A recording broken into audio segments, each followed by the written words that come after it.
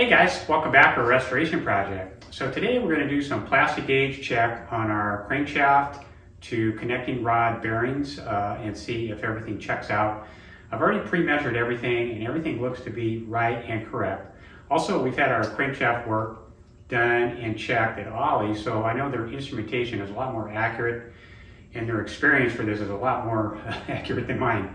But anyways, whenever you're engine building, it's always a good idea to verify everything before you close up your engine.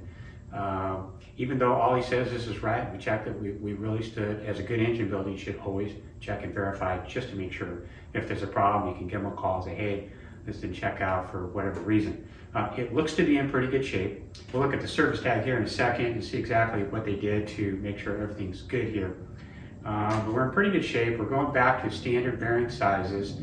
I have measured this. I've measured the bearings. Our bearings are from Porsche. They're individually packed and put in boxes. So one thing that could go wrong there is they could be sent back. Could be incorrectly packed in the box. You wouldn't know until you get put together. So always measuring and plastic gauge under torque is a good way to verify everything checks out before you put it in your case. So we're going to do one video on the crankshaft and then we're going to do one video on our engine case. Let's go ahead and jump into this and see exactly what we need to do. It's really quite a simple thing. It's just a verification. Once we verify it, everything looks good, we can go ahead and assemble it for permanent assembly. Okay, so getting started here, let's take a look at this contraption here that I've built to hold our crankshaft in position while we're torquing things down. I prefer to work on crankshafts in a horizontal position. You can bolt this to the flywheel and do it vertically. A lot of guys do that, and that's definitely one way to do it. Anyhow, not too hard to build something like this if you choose to do it that way. So these are the bearings that we're using. Part number ends in 81. That is the standard size for connecting rods. Another thing to consider when you're working on crankshafts and doing engine building is ambient temperature of the room. So right now we are right at about 71 degrees, as you can see there. And that's really the most desirable temperature you want to be working in pretty much for everything when it comes to cars, whether it's painting, working on engines. So trying to do something like this in extreme cold or extreme heat may affect your measuring, and it definitely will affect how your plastic gauge goes. I think in really extreme hot weather, it wouldn't go too well. It would be pretty sticky, and you might not get a very accurate reading. And then just looking at our service tag here, so this is something that they just make notes on as they go through the work order. It's been checked for cracks. It checks out for standard sizing. It is straight. We don't have too much run out on that. Light grooves on the main and 3 rods, but within tolerance. So it's better to just leave it the way it is and polish it than to try and turn it. Groove and cross drill. Remove and replace plugs. Polish, balance, and what do we got here? Remove and replace gears. Okay, so they pull these off and put them back on also. Okay, and then our connecting rods, they actually did a close and hone on these. They balanced them. They've replaced the bushings in here. These are from Porsche. Really, really hard to get these. We had to wait some time for those to come in. And then they do milling in there to make sure it checks out with your wrist pin on your piston for the correct sizing. So we're going to reuse our existing hardware here. This is original. Once we do our plastic gauge check, we can throw this away and replace it with new hardware from Porsche. Okay, so I'm going to just go ahead and roll through half of these to just kind of get a good feel for it and get a good rhythm so we can do proper video on that, see how things are turning out. Once I've got through 3 of them, we'll put one together and go through it step by step. So we're getting a little bit of a rhythm here and figuring out what's going to work best for us. So before we do anything, what we really want to do is we want to prepare our crankshaft and then also our connecting rods and hardware. Okay, and then cleaning up our crankshaft here. So no soapy water on this guy. It's been freshly polished. We just want to take some brake cleaner. We want to hose everything down really good. I'm going to roll this thing around quite a bit. And also we want to blow out all our oil passages. Blowing out all our oil passages really good to make sure we don't have any micro cleaning materials down in there from the polishing. Okay, let me finish this guy up. That pretty much gives you some idea. And also we want to clean up really good all our connecting rod parts and hardware. We're going to re-oil them so when we put them back together we get a good torque. One thing we want to be checking for is right in here. I'll be setting the camera down here in a second and doing a really good job. But you have two inlet holes there that have been drilled. You know, want to make sure there's no little bits hanging on there or any kind of fragments from milling. So let me clean these up really good and then we'll get back to our assembly. Okay, so at this juncture really everything we do now has to be ultra clean. And also, as you can see, I've got numbers scribbled all over everything here. So what I'm doing is I'm just kind of keeping track of everything now. Not only do we have to be clean, we also have to be very organized as to how we assemble something, take it apart, and put it back in. So we're actually plastic gauging a particular connecting rod to a particular journal heading in a particular direction. So maybe that's insignificant, maybe it is, but at this point I'm not taking any chances. We're just going to have everything put back together exactly as I have plastic gauged it. You can see I have everything laid out here and numbered really well.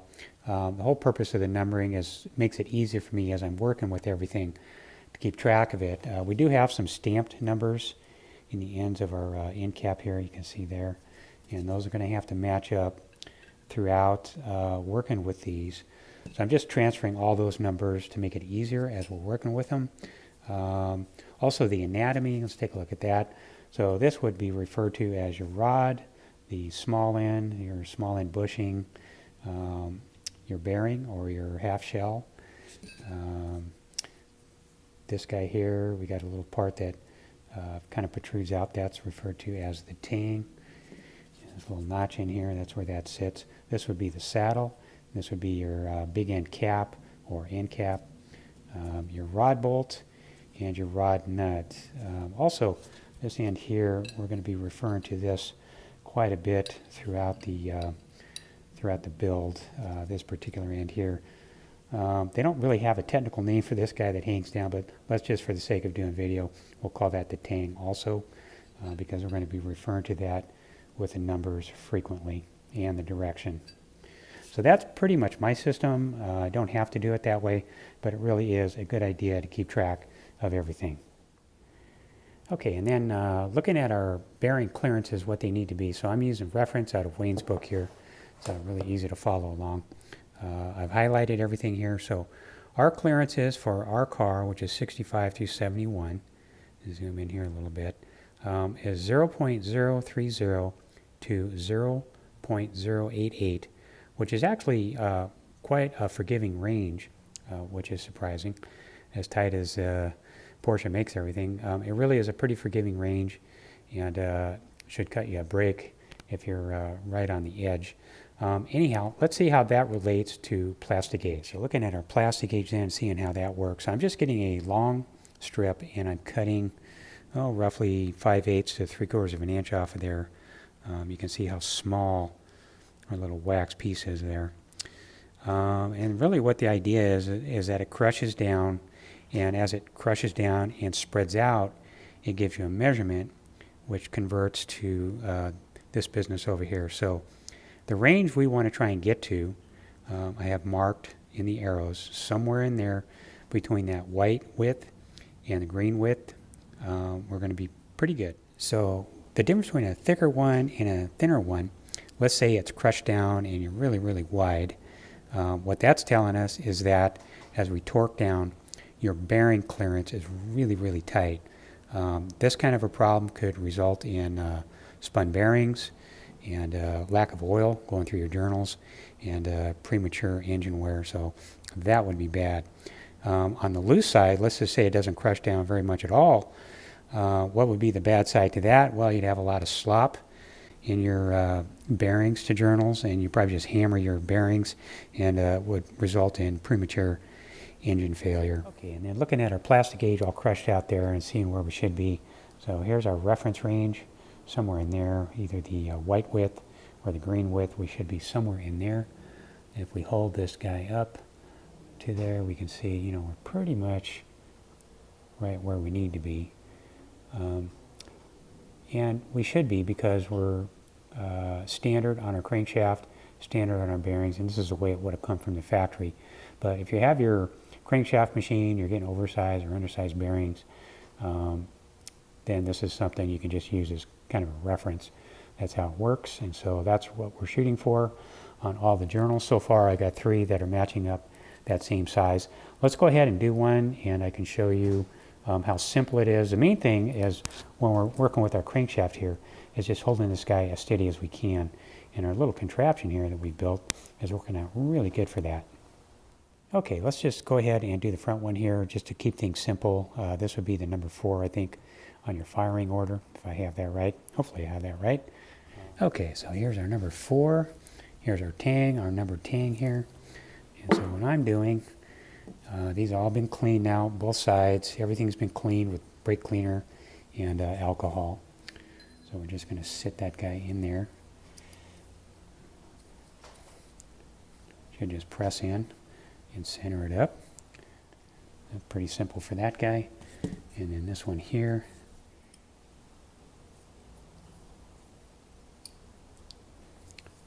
Press that one in there.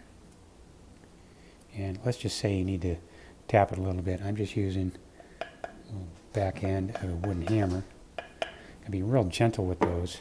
When we put it together, we just want to make sure our numbered tangs go together just like that. Okay, so we're numbers facing forward. This is our number 4.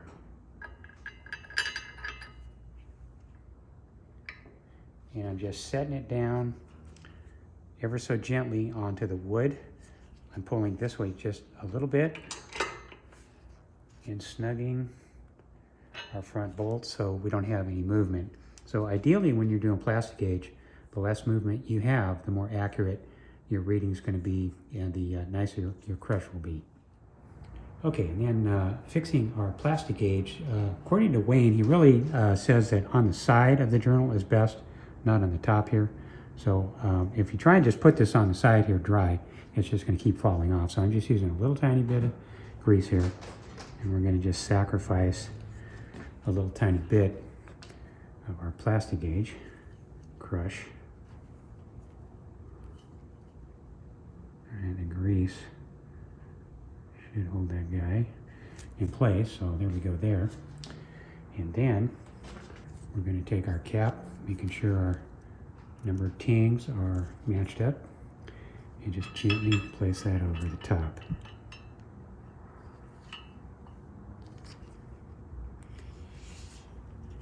Okay, next we're going to take our freshly cleaned and oiled bolts. You want to oil these, because if you don't oil them, they're really tight and they'll hang up going through here, and then you'll have to either tap them or press on them. Tapping would be a bad idea because you would destroy your plastic gauge. Just want to press as much as we can to get some threads coming through, and then we'll draw it through with our nuts. Okay, once we got those on there, then we want to draw this guy down until it stops, and then we'll give it an initial torque.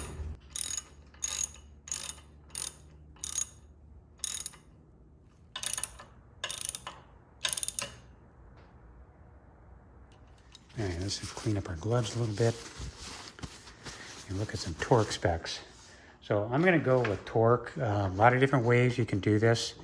Out of Wayne's book, they talk about doing an initial torque and then torquing it to degrees. If you have a degree wheel, you can use for torque.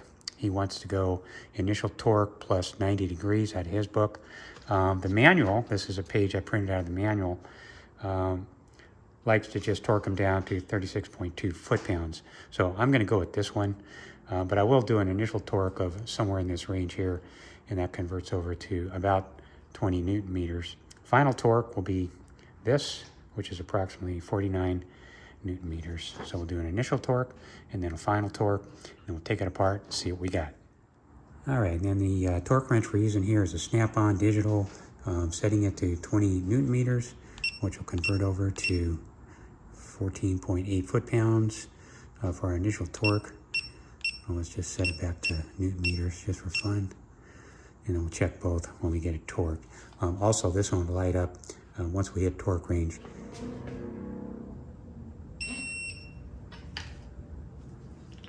.3.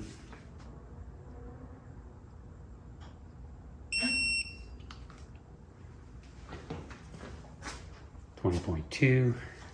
Okay, let's take it up to 49 Newton meters.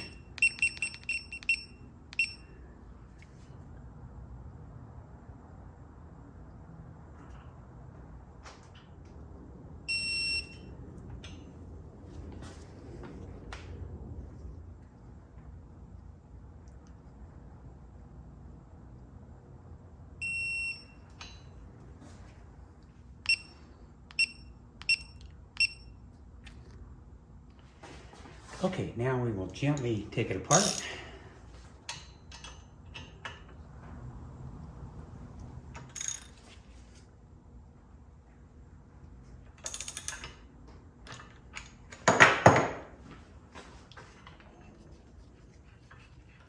We're going to discard these.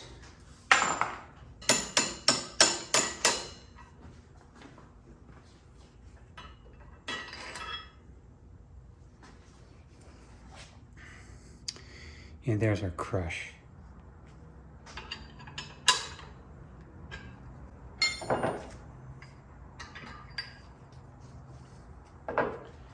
And then one other thing I'm doing here with the hardware is this side here is our freshly cleaned and oiled nuts and bolts. I'm just using a set, and then I'm discarding them here. Just get rid of them. And I'm not using the same one over and over again.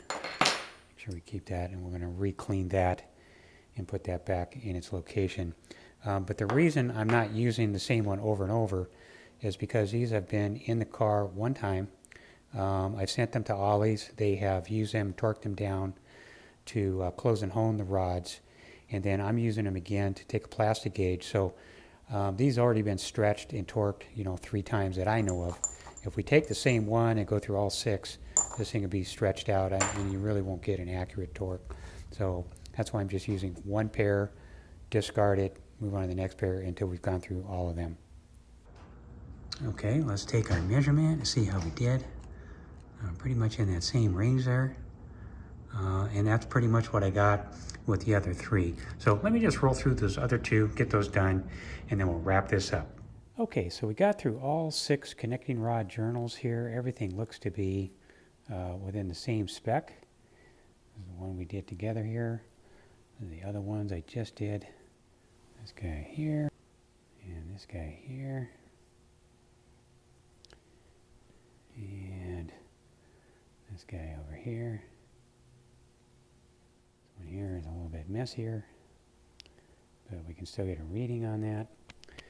And then the first one I did is a little bit sloppy. It's better read in the bearing, a little bit smoother, but you can see we're basically still on our mark there. Okay, so that's it for PLASTIGAGE. And I just want to mention that PLASTIGAGE, kind of an old school way of doing bearing clearances. And it's not very scientific. It's not as accurate as measuring. And there's a lot of guys who don't do it. So it's just something you have to decide whether you want to do it, you don't want to do it for whatever particular reasons. A lot of professional engine builders won't use this method. And actually, if we were to ask 100 different engine builders the best way to build an engine, you're probably going to get 100 different ways to do it. So everybody really has their way to do it, and you just kind of have to decide, what you need to do to be able to sleep at night. For me, I just want to know, are we there seriously after torque? And that's one way to do it. I've been doing it for a long time, so it just gives me a little bit more confidence on this engine. Okay, so that's going to pretty much wrap it up for part 1 here. Part 2, we're going to lay this crankshaft in our engine case, and we're going to do our main bearings. Well, thanks for watching, and we'll see you on the next video.